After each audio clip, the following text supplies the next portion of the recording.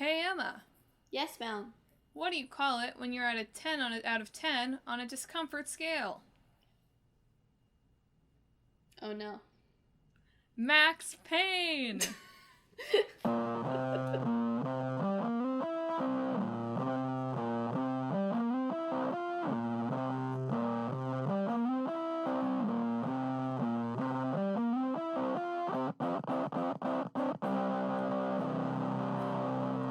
Hello, and welcome to Talk This. It's dangerous to podcast alone. You laughed at that one. I got it before you said it. When I get it before you say it, I'm just laughing. Out of horror at the world that would come up with such a thing. That was in the top 50% of my jokes. I thought of it ahead of time. It made a logical kind of sense, so I guess it is in the top part of your jokes. Yeah, it wasn't just me stringing together a series of conditions to allow me to say the words in the title. I was wondering if you were just going to do another banana joke. It's bananas! Another banana joke. Just all jokes from now on have to be about bananas after last time. Oh, see, I forgot that Secret of Banana was last time, too. You're absolutely right. Yeah. Well, this week on the show, listeners, we're going to be talking about The Matrix. No, we're not. These two games are the same game. And that game is The Matrix, the game. It's a pretty fair point, actually, but yeah. We're actually going to be talking about the classic third-person shooter, Max Payne, and the very recent release, although it's been sort of floating around on the internet, rumored for a couple years, My Friend Pedro. Which, when you say the two titles, don't really sound like they would be the similar game, but as I was researching My Friend Pedro, I was like, I can't believe this. Anyway, listeners, you too will find out. Will this be a great mashup, or will this be an impossible mashup? Only time will tell. We'll have to see. So let's kick it off by talking about Max Payne.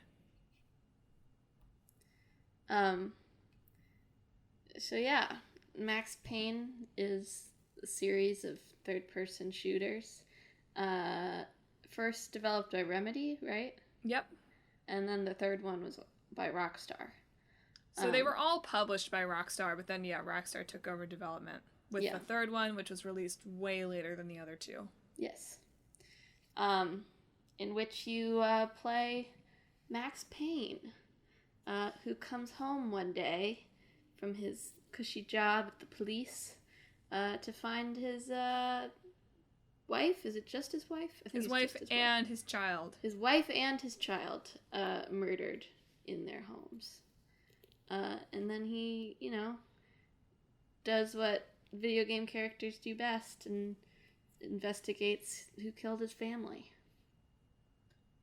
But then it gets worse for Max Payne, because not only does he find out that his wife and his daughter have been murdered, but then 3 years later, he's sort of framed for the murder of his police partner while he's undercover with the mafia. Mm-hmm. And the mafia finds out that he's a cop, so he's just got everybody coming after him from all sides, while he also needs to figure out who murdered his family. Well, that's what you get when you got the Max Payne, He seriously was in maximum pain. We've reached the level of familiarity that we can call him Max Payne, but we would prefer that you, the listeners, you don't know him that well, you don't know his story, you should just stick to calling him his full name, Maximum Pain.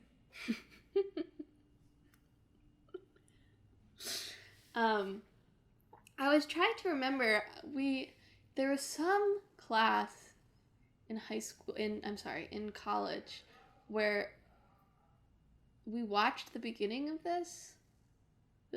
the first game, but I can't remember what context it was in or why we were watching it.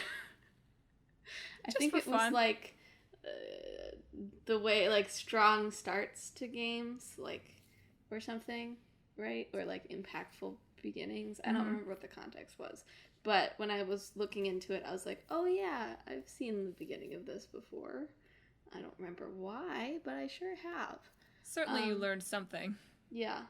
And one of the things that I thought was clever about it is, like, you know, it was made. When was it made? When did it 2001. It was made in 2001.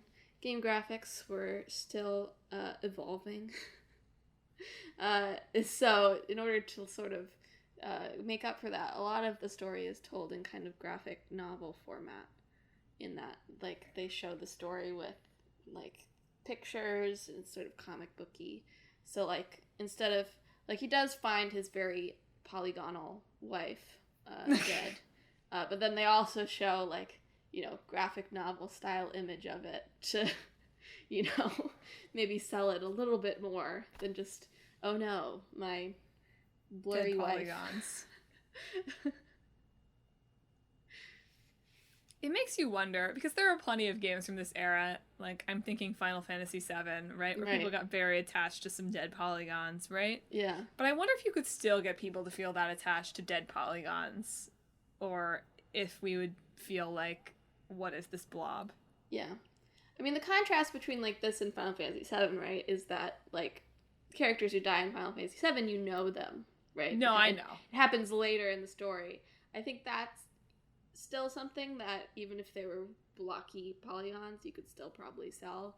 But when it's, like, the first moment of the game and you're supposed to feel the impact, right, it just feels a little weird.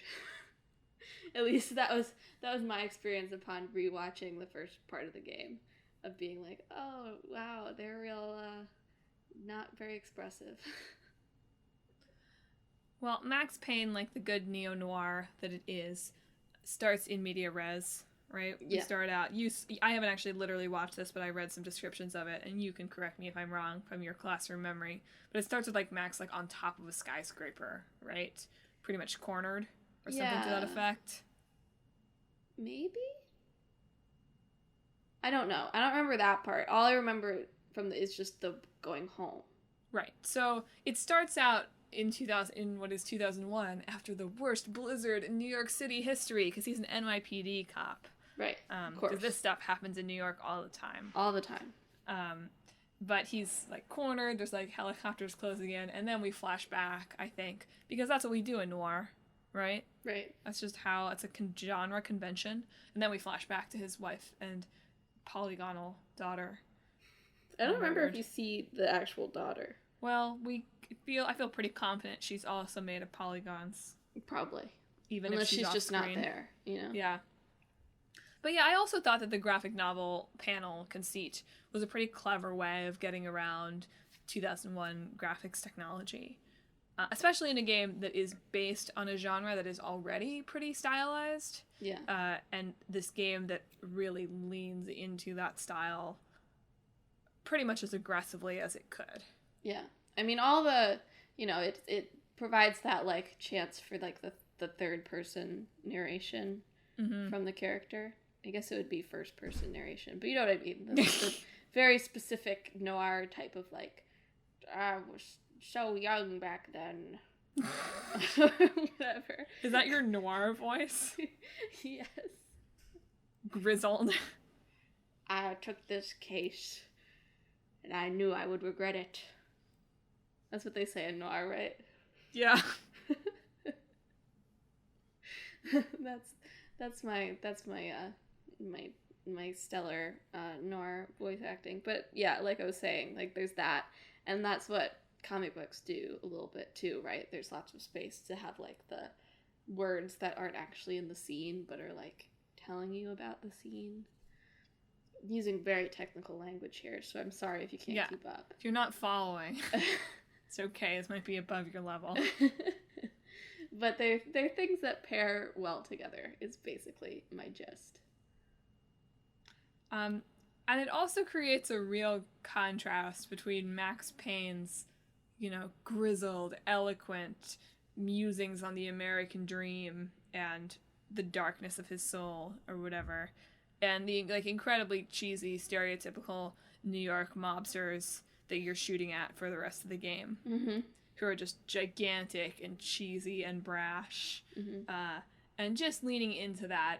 Like, if Max Payne is all the way on one level of the cheesy side in his monologues of being overly serious and self-reflective and, like, smoking his cigarette in black and white, on the other side we have these thugs who are just, like, buffoons. Mm-hmm.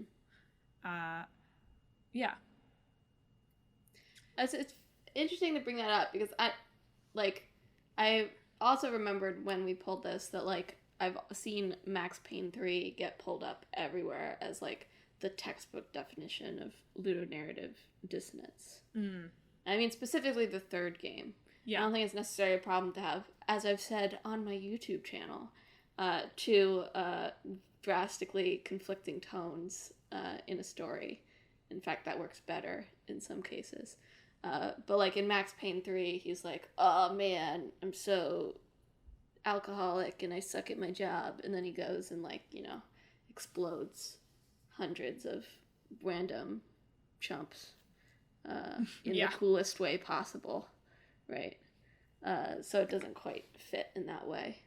It was probably, I imagine that might have been a result of switching to Rockstar actually developing it and perhaps wanting to make a more serious story, but then also not being able to resist the explosions, you know?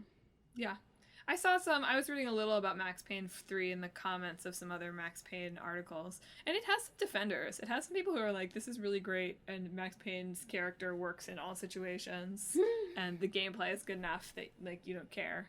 But definitely Max Payne 3 tries to take a more serious tone than the first game, which, you know, is like, both of the first and second games are to some extent kind of self-aware, not just about genre, but about, you know, the genre being ridiculous. Yeah, I would say, like, you know, as we've talked more and more and I've thought more and more about games, like, I really think that ludonarrative dissonance is the most simplistic way to criticize a game, right? Saying, oh, it doesn't match. Sometimes that matters, sometimes it doesn't matter, right? But it something seems, if your game is, like, the thing that comes to everyone's mind when the term comes up, there's something that you ought to be thinking about when it comes to the design of it, I feel like. Max Payne also features some Norse influence, which it's bizarre to me how often that turns up in games. You know, we talked about God of War way early on the podcast, where we talked about how everything is always Greek mythology, it's always Greece, it's always that. But I feel like I've been seeing more and more instances where we like that Norse stuff. Maybe it's because Thor is sort of already a little bit more in the public consciousness from comic books, and obviously now films. But we see a little bit, like the drug that he's been working a case on that probably led to the murder of his family. It's called Valkyr. And there's, like, all this stuff kind of referencing Ragnarok and all of that kind of thing. Which I think is an interesting thing to include in a noir. I wouldn't put, like, Norse mythology as a standard noir trope. I mean, I feel like, you know, when you're talking about, like what, why is there references to Ragnarok, for instance?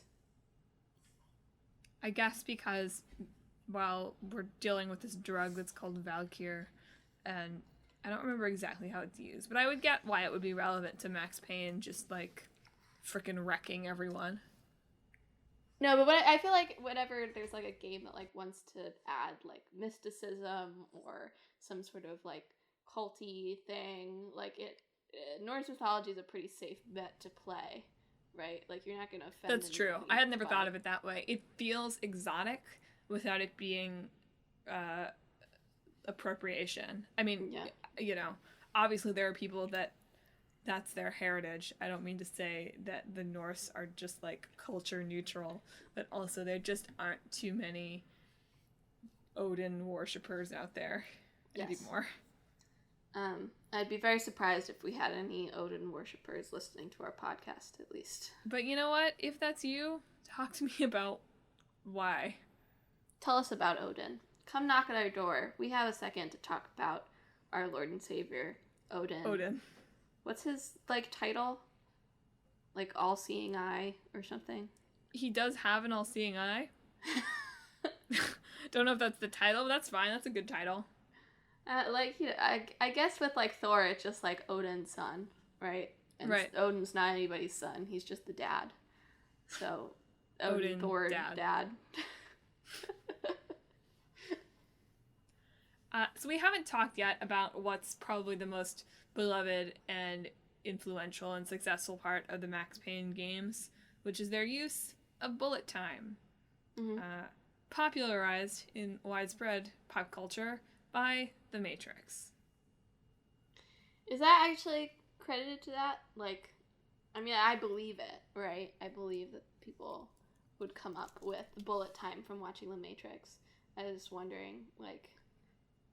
So the Max Payne folks did explicitly put in some references to The Matrix into the game because they knew they were pulling it from that. Obviously, The Matrix is not the first movie to use bullet time, but it definitely, you know, used it pretty distinctively, obviously, and really in Western culture, at least. Right. I mean, it's a thing that just makes so much sense for video games too, right? Mm-hmm. Like, you want to have that sort of fast-paced action, but you also have to be able to, you know, actually react to things and respond. So you can't have it going at, like, the speed of battle, right? Because players would just feel overwhelmed and they would die and they would get frustrated and blah, blah, blah. But when you, like, go into slow-mo, it has that same sort of feeling of having, like, all these things happening around you, but you have the time to think about it also. So, like, it's something that makes sense. But I do believe that most people were like, heck yeah, The Matrix, cool. And so, that was the rationale. According to Wikipedia, at least, The Matrix really was the first to popularize the term bullet time, but also this effect specifically related to gunshots. There's a lot of discussion in the articles and such about Max Payne, about also how it's influenced by the films of John Woo, who's a Hong Kong action director. But I think that his films, the slow-mo is used more in the context of martial arts. Right, that would make sense. Rather than gunfire. But in the case of Max Payne, they were actually specifically inspired by The Matrix. Like I said, I totally believe that. Yeah. But like you said, I think it's a cool mechanic for a video game. Certainly in a game that is wanting to lean into this stylized feel with this, like, gritty detective dude. It allows you to feel super cool and look super cool. And also, Max Payne is not an easy game. It's not the kind of shooter where you have, like, plentiful health packs everywhere or a shield, or you can take, like, 20 bullets. Max Payne sometimes dies in one shot if you get shot by the wrong gun, but certainly in 3 or 4. So bullet time not only allows you to feel, like, super dope, but it gives the player the opportunity to change the way the game works, and buy themselves more time in stressful situations.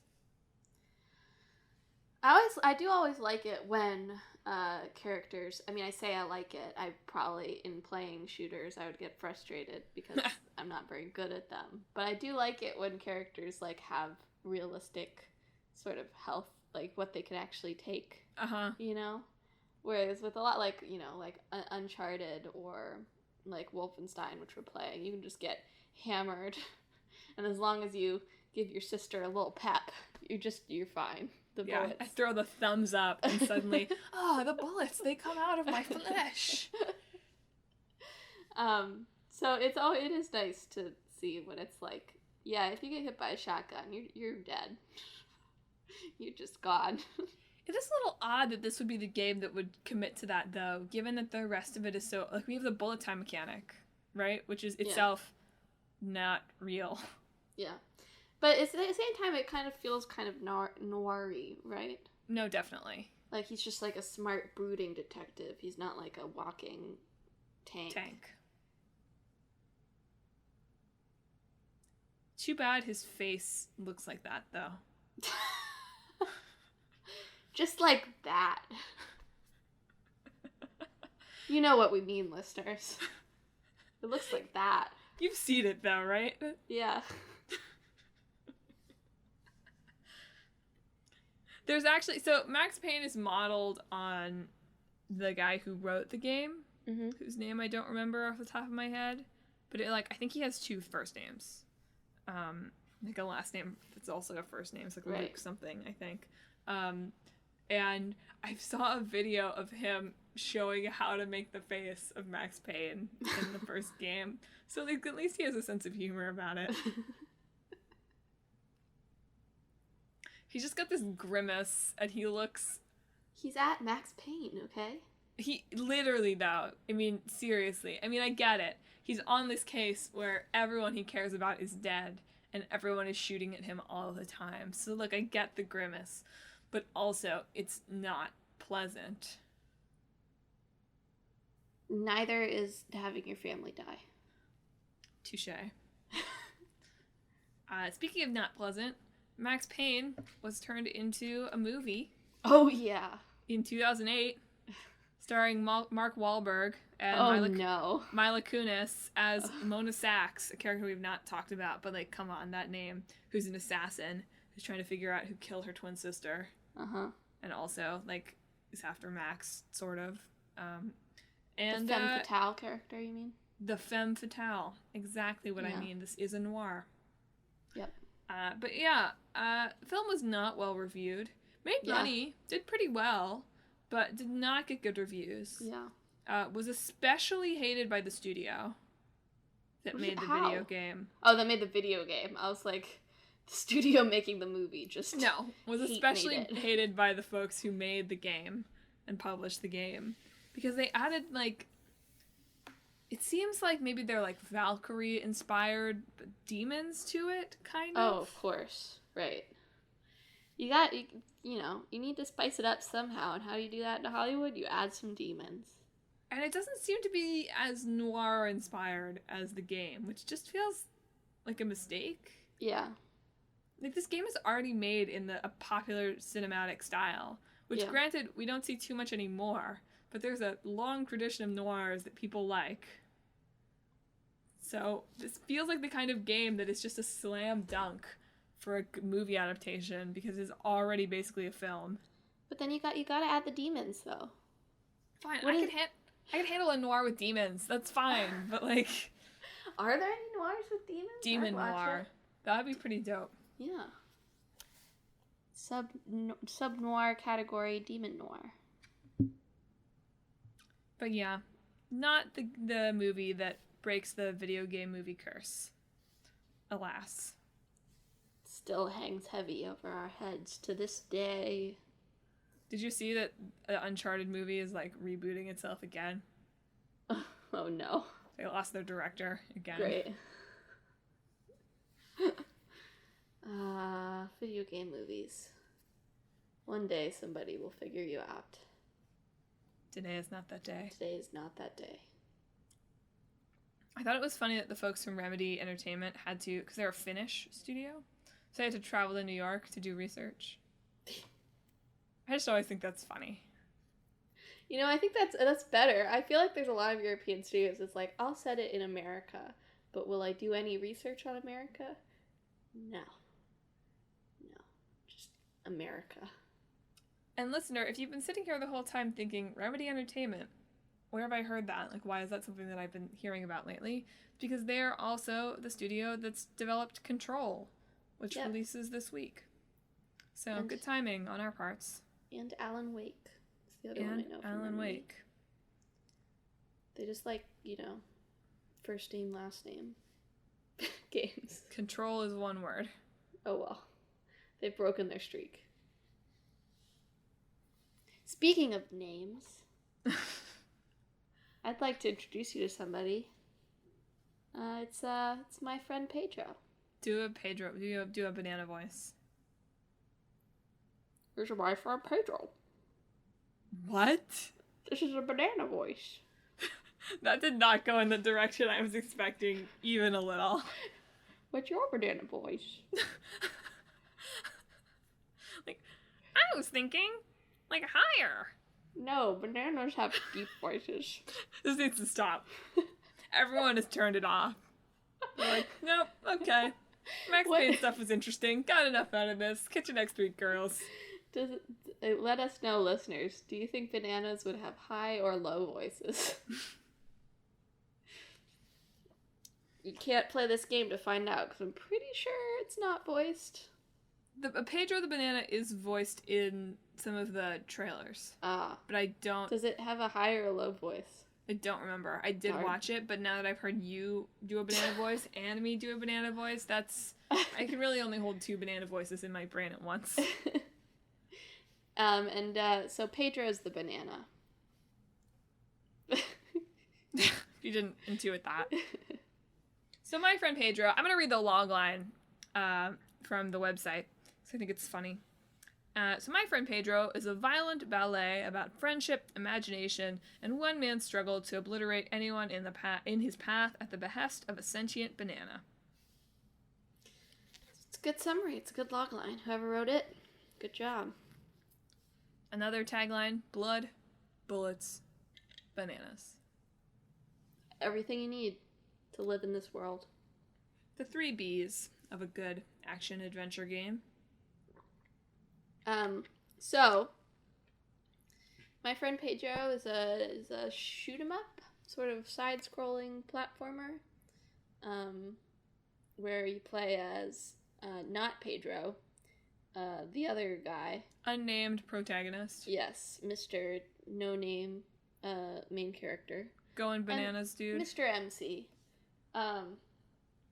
who has found himself in a difficult situation with his friend Pedro the banana, and he's got to get out of it by performing cool stunts and killing people in his way, as you said already. That's pretty much the gist of it. It's developed by Dead Toast Entertainment, but published by Devolver Digital, which, while they publish a lot of cool games, I always feel like it's like, oh, it's from Devolver Digital, when they're not the ones who made it. Like, their name very much gets painted on the games that they publish, interestingly enough. It was actually came from an Adobe Flash game that apparently came out. That Adult Swim made. Yeah. So somebody was like, that's cool. Let's make it into a real game. You know what? Inspiration comes from everywhere. Even other games. So it also features, as a major mechanic, bullet time. Is it does time actually slow down? Because it just feels like it just moves slowly, like, in general. Look, I saw reviews referring to it as bullet time and citing the works of John Woo. So it's basically the same game. I was watching it. It does in a weird too. way. I was watching some of the first part of it. A couple of people play it. And it did remind me a lot, in a weird way, of, like, Super Hot, which is, like, bullet time extreme the game. Mm-hmm. But it's like if Super Hot, like, instead of, time moves when you move, it's like everything kind of moves sort of slowly. Like, the way your character walks is just kind of like this bouncy kind of lope thing, and, like, the momentum, like, it tracks, but it's a little weird too, because he's just kind of floaty, which makes everything flow smoother, but, not quite how it would work in real life, obviously. Sure. But it's all about using this kind of weird, floaty physics in order to, do cool stunts and survive without getting hit. Which is what Super Hot is, except, even slower. Yeah. And there's some of that in Max Payne. There's some weird physics in Max Payne, too. In that your guns, like, send people tumbling. That's not weird. But, like, somersaulting. Ah, I see. Like, not like they collapse. Like, they flip. Yes. Not on the same level, but just saying we're in the same general realm.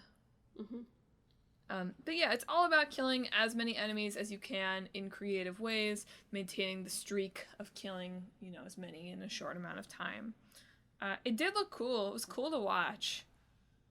It feels to me like it might be one of those games that's cooler to watch than it is to play. But I don't know. I guess you would feel pretty awesome pulling off those stunts. Either pretty awesome or like a big, dumb, lumbering, lucky idiot, I feel like. Well, that's the thing I was having a hard time getting a feel for watching people play, because obviously watching someone play without the benefit of sort of actually seeing them holding the controller, grimacing like Max Payne, is that I don't have a sense of how hard what they're doing is. I was reading that the aim assist is pretty generous on the game because it wants you to feel cool. So as long as you're aiming sort of in the general vicinity of what you're trying to shoot, you'll probably hit it.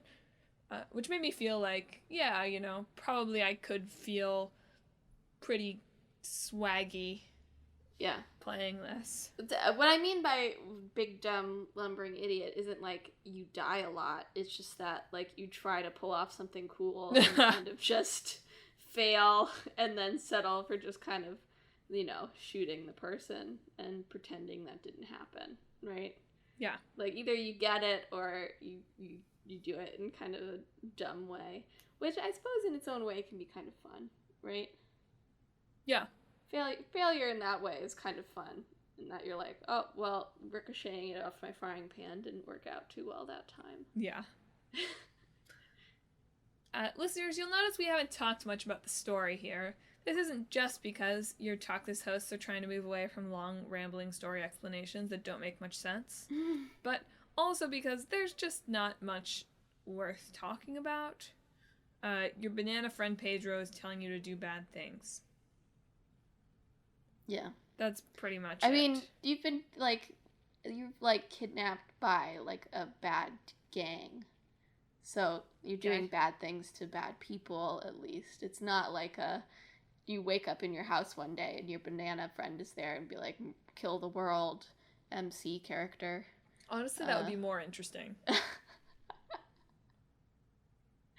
It add a lot of stuff that I don't think the game wanted to be particularly concerned about. Right? Sure. It wants you to feel cool without thinking about, oh no, the banana is leading me down the wrong path, It's not about the moral conflict. That would be an interesting alternate game mode, though, which after you played through the whole game killing everyone, a no-kill run. A no-kill run. Where you just have to, jump through and avoid all the bullets as coolly as you can. I think it's just like spinning to avoid bullets. You'd just be spinning through the entire level. Look, having morals isn't always cool. What do you mean, Madelyn? Having morals is incredibly cool. Only You're right. Cool kids have morals. You're right. I take it back. Spin through life, ladies and gentlemen. People of all types. Have morals, do good, as the cool kids say. Spin a lot. Do lots of spinning. My friend Pedro is also really optimized for the social media video game era, in that it's very easy built in to create GIFs of yourself in your gameplay to share, which I think is very clever in a game that is so built around look how cool I look doing this, to build that in and be able to just build so much buzz of people just being like, look how cool I look. Yeah. I mean, I think that's something that more games should try to implement, especially when they're centered around, doing cool things with the gameplay, right? It's like, when you do something cool in a game, you want to be like, oh, man, look, friends who are also playing this game, I did this. Can you do this? Bet not, But that's hard to do when you, have to, go through the process of saving it to your PlayStation, trimming it to your desired length and all this sort of nonsense. But when it's just like in the game, it's like with some photo modes too. That's exactly what I was gonna say. Is I feel like the rise of selfie mode comes from the same impulse. Yeah. And I mean, it's fun. Like, is it a marketing ploy in a lot of ways? Absolutely. Yes. But it also is like, you know, showing off the environments and characters that people spent a lot of time making. And sometimes, you know, I want to remember things and, you know, make Kratos give a really terrifying smile or something. You know? Just my natural impulse. That's what being human is.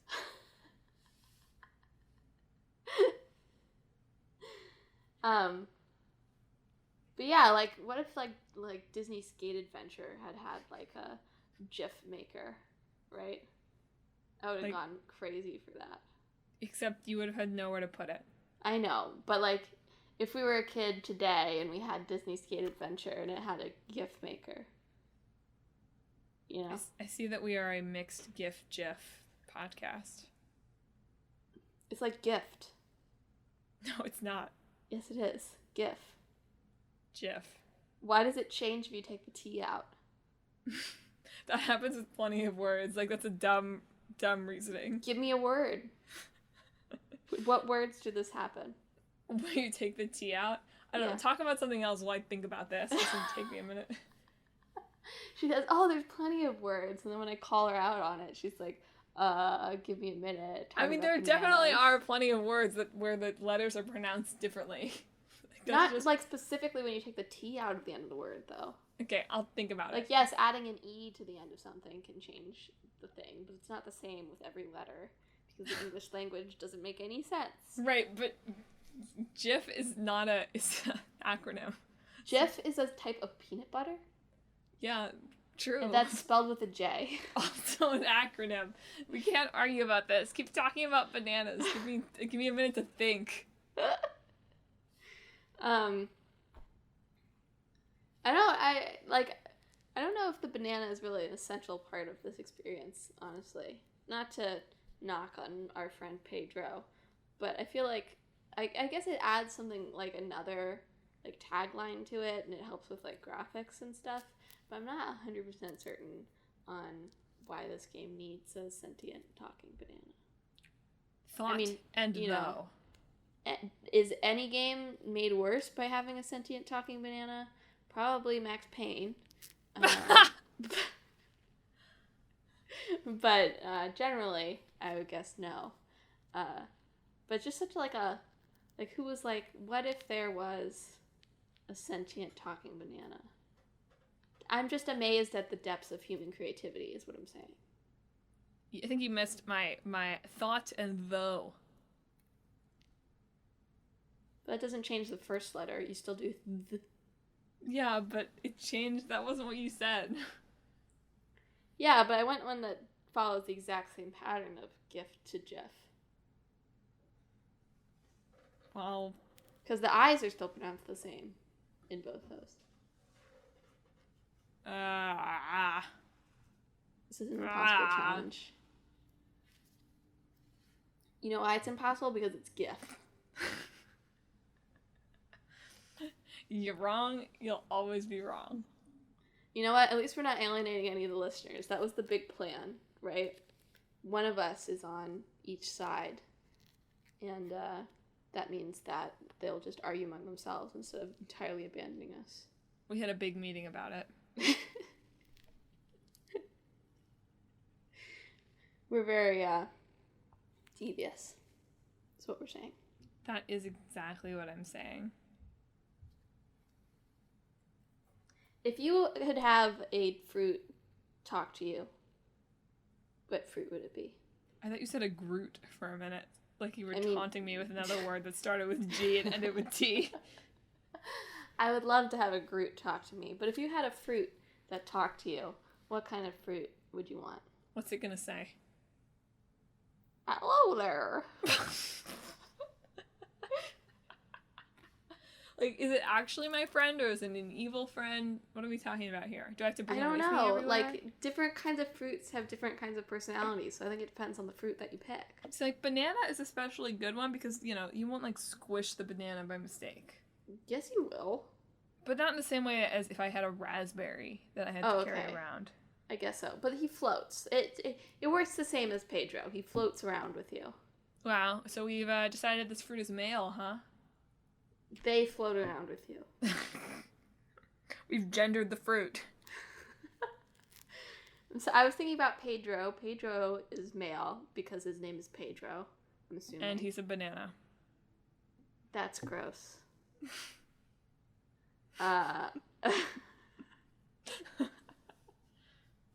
But all fruits are different. The fruits can be whatever gender they want. Do fruits have gender, scientifically? This has gone off the rails. I don't think so. Right? Because they all reproduce. Are you Googling, do fruits have gender? Plants and trees have genders, but fruits don't, because it's like an organ. Oh, great. I love that. I love that I'm eating the liver of the fruit tree. Well, you're welcome. I think I would want a bushel of grapes, and they each have their own personality.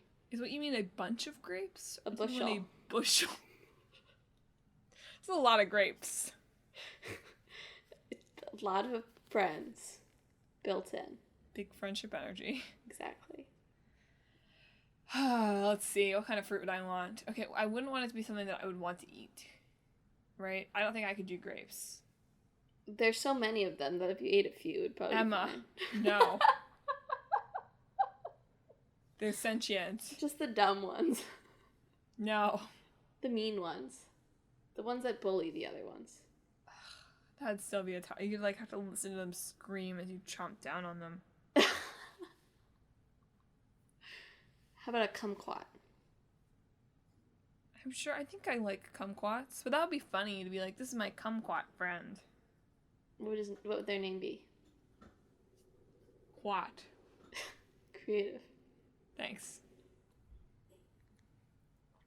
Their name would be Jiff.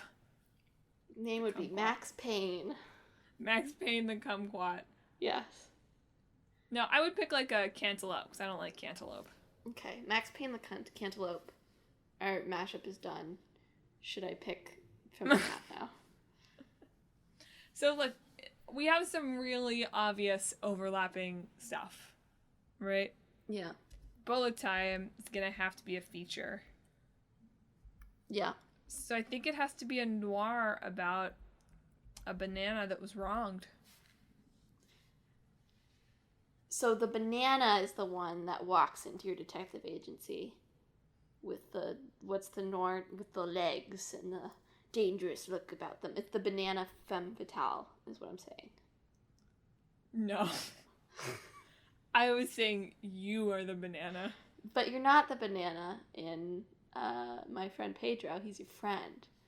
So I think it should be the banana comes to the detective agency in order to request your services. Even though they carry a slight air of danger. Maybe. You're Max Payn the cantaloupe. A cantaloupe is not the right shape to be Max Payn. What's the right shape?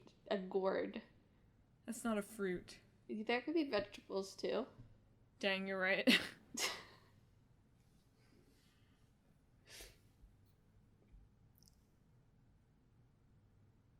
No, Max Payn is like a pear. Okay. Something. It's a pear. No, I don't like that either. It's not dangerous enough. Is there a pun you can think of with a fruit and or vegetable with detective or with Max Payn? No. Wow, you gave that a whole bunch of thought. Max Payn and detective are pretty hard to figure out something that's gonna fit into that. Keep fleshing out the story for me. I'll think about if I can come up with a pun. Okay, so you're in fruit and vegetable world, and it's noir, and your fruits, and the banana comes in. It's an appealing banana, Stop you might that. say. No. Do I need to put on my noir voice to do it? Please. What was my noir voice versus my banana voice? Max Payn-paya? That's okay. Yeah, that's pretty good. I'm still working on it, but continue. Do the noir voice. It was like grizzled. Like, on that day, I was just sitting in my office having a smoke like the Payn-paya that I am. Payn-paya. Max Payn-paya that I am. When into my agency, the bell rung as the door opened, and in stepped a banana. The bell rung as the door opened? Go on. Like a little jingly bell, you know, when like somebody comes in. That's not very noir, but okay, go on. What do you mean? It's very noir. Like the door opens, the thing goes doo-doo, and he lifts his hat from up on his papaya head. He goes, "Who's there?" And the banana voice. The most appealing banana I've ever seen in my long years in the detective agency. A banana not quite like any other. Tropical, in fact. What brings you here today? Banana. What was my banana voice? You see, Max Payn-paya, I've got an issue for you. Be sure to give it a transatlantic accent, please. How do you do a transatlantic accent? Just make sure I didn't do theater. You lengthen all your vowels. Talk like Katharine Hepburn. I've got a job for you, Max Payn-paya.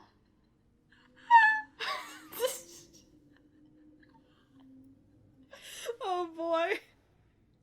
Woo!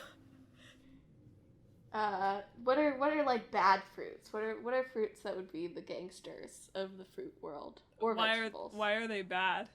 Well, because the banana's got somebody after her, right?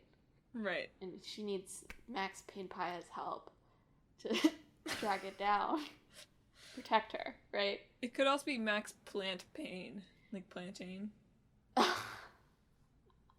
I think I like Payn-paya better, but I think, how about, like, the Baby Carrot Gang? No, like, one of them is called, like, Baby Carrot is, like, one of the mobsters. I just think the mooks being, like, little baby carrots would be fun, though. That's fair. I get that. Yeah, and something about, you know, rooting out danger. Yes. Evil. Right, of course. Tearing it up by the roots. Yes. I like that. So what's the gameplay like here? Yeah, that's exactly what I was going to ask, is we've clearly got a really deep story happening right here. So, obviously we've got this kind of bullet time thing, but what does Max Payn-paya, like, does he have a gun? Are we just gonna, it's just like Max Payne, but everything is fruit. Does papaya have, like, seeds? Yeah. Then I think he, like, has, like, a seed shooter. Nice. Right, where he, like... I don't love this, actually. Never mind. Yes, he just has a gun.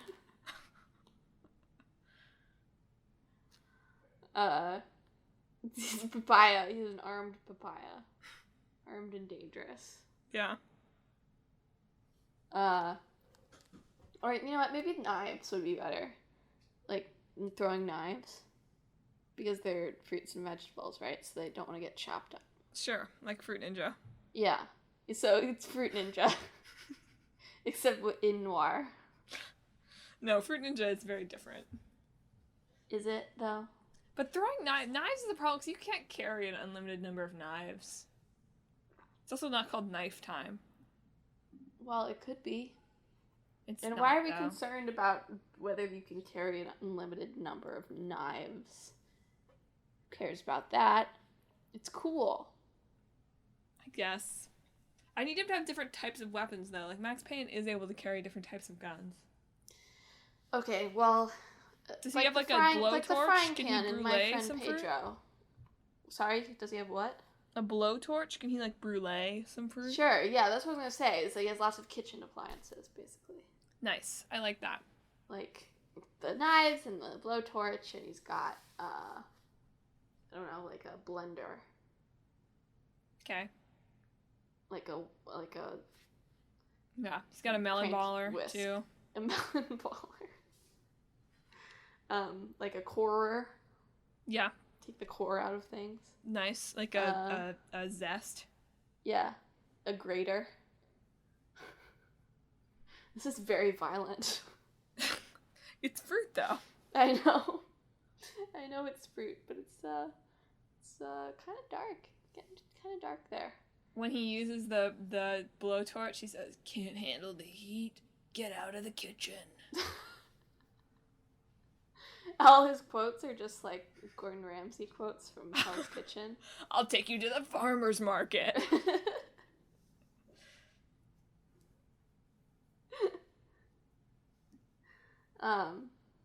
Yeah.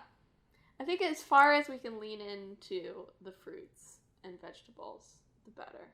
Basically. What's his gritty backstory? Oh. Where do they grow papaya? It's tropical. I'm doing a lot of research. This is our best mashup, Madelyn. We need to actually, do the research, put it in a game design document.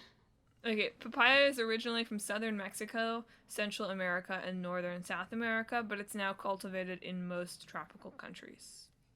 But it's very frost sensitive. Okay. He lost his family to a cold front. That doesn't feel like there's anyone who could be responsible for that. No, there's a gang that's, in charge of, the freezer section. But a freezer section isn't a cold front. Okay, but, they opened all the freezers, right? And it not cold front into the city. Like a butterfly effect kind of thing. Yes. Yeah. Nice. And so he's after the freezer folks. The frozen veggies. The frozen fruits and veggies. And get it? It's because they're ice cold. Dang. Plus it parallels the blizzard in Max Payne. Mm-hmm. Which I know was intentional. Pulling ideas from everywhere. Well, I think this is the most promising game that we've developed in quite some time. I know, like I said, we do the research, game design document, initial concepts. Everybody will want this. Max Payn-paya. Rockstar. Rockstar, we've got an idea for you. I know you love, your open world, super detailed, realism type games now, but consider this. Noir with fruits. I'm spitting. Wow. It's gonna be a big hit. Alternately, we've just created the best episode of VeggieTales of all time. That too. Well, folks, thanks for tuning in for this week's fruity, refreshing episode of Talk This. It's dangerous to kumquat alone. If you like the show, we don't usually talk about fruit quite this much, even though we have the past 2 episodes. You should subscribe. We're on Apple Podcasts, Google Podcasts, Stitcher, TuneIn, Spotify, Overcast, Pandora Podcast on the app. Pretty much anywhere you could find podcasts, you'll find Talk This. You should also check out our website, www.talkthispodcast.com, where you can read more about myself and Emma, about the show, see the games in the hat that we're about to pick our discussion topics for the next 2 weeks from, and also read our blog, where you can see long-running series Clickbait Boyfriend, where my boyfriend is playing through the Kingdom Hearts games, and Split Screen, where Emma and I are watching Boys Over Flowers, but just for another few weeks, and My Hero Academia. Let's see. You should also follow us on social media. We're on Facebook, Twitter, and Instagram at Talk This Podcast, and we're on YouTube. As Emma mentioned, her YouTube video about ludonarrative dissonance, games, and tone, which centers on the Yakuza series, can be found at Talk This Sisters, along with the rest of the Play This series, and various other examples of our gameplay fun.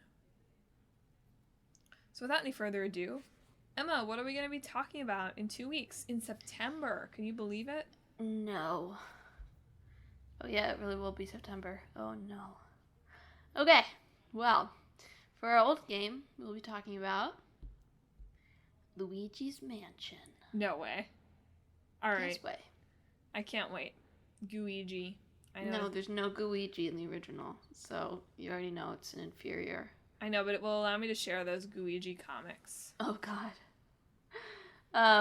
And for our new game, we'll be talking about Jump Force. Nice. Jumping through the mansion. Luigi comes to our modern day world. Unleash Gooigi. And Emma. So another announcement. So if you tuned in last week, you heard our first installment of our new side quest format, where Emma and I talk for the whole episode about a topic in gaming, actually based on some research, instead of just things that we think about, but also things we think about. So Emma, what should I be thinking about, and the listeners be thinking about, to prepare for next week's episode?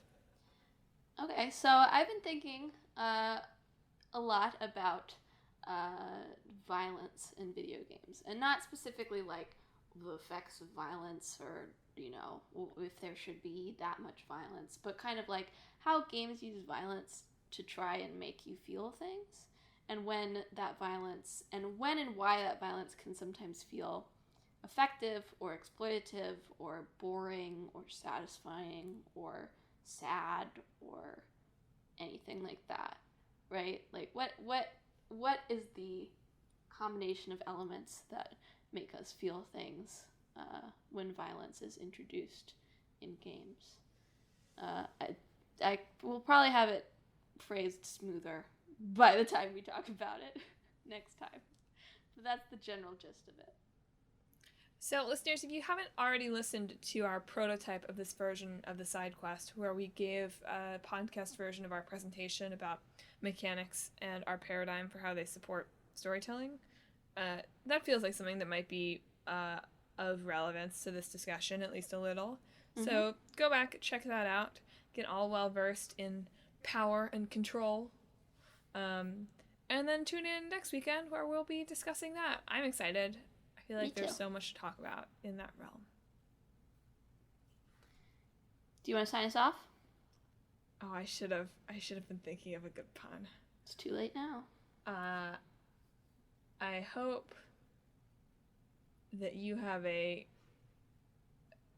fruit, like good, but fruit. It's really weak. I'm sorry. Okay, people. play the music. Weak.